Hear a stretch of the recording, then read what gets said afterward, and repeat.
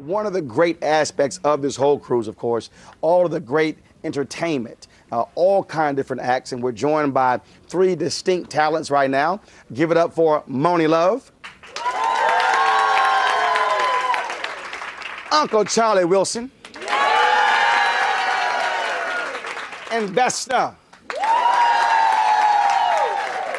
Folks, glad y'all are here. Welcome to the show. Thank you. Now, I want to focus on this with you. Let's talk about energy and performance on stage. I don't think anybody can say the three of you are sedate when you're on the stage. To say the least. And so how important is it for you to really just to bring all of that to the audience as opposed to some entertainers who simply like to just be all smooth and nice and delicate when they're on stage? Because Vesta, you walk around like you're doing Tae-Bo kicking and stuff and all that. Well, I, if you don't mind. Go ahead, sis. I am full of energy. God has given me a lot of energy. I never seem to run out of it. It is very natural. I don't drink, I don't smoke. I pretty much have water and exercise. Sound good to me. But you know, and I work out regularly. But energy is a wonderful thing to have, and I've never been any other way. I don't know how to do it any other way. I cut my teeth, you know, from 14 years old singing in nightclubs, and I was moving and shaking, and that's how I don't know how to do it any other way.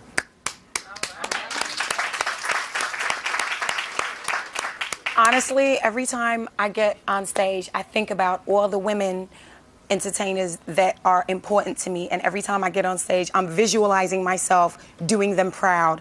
It's the only way I know how to perform. It's my only fear is letting people down. So I go to the stage with this thing on my mind that if you blow it, then that's it.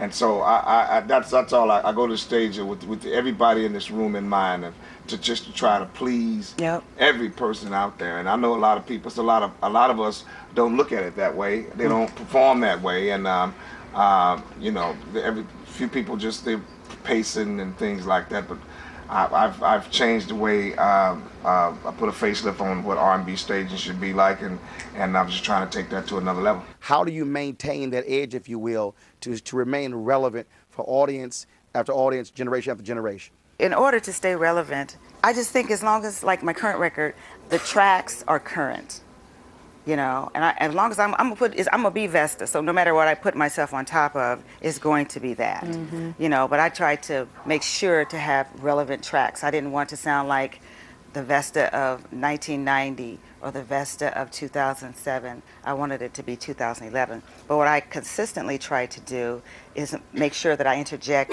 my comedy, my impressions, and all the other things that I do in my set to keep the people entertained. That's one of my things, is to try to be relevant, is to stay entertaining and stay up on top of doing everything that I do, hosting, vocal coaching, acting, comedic things, all of that.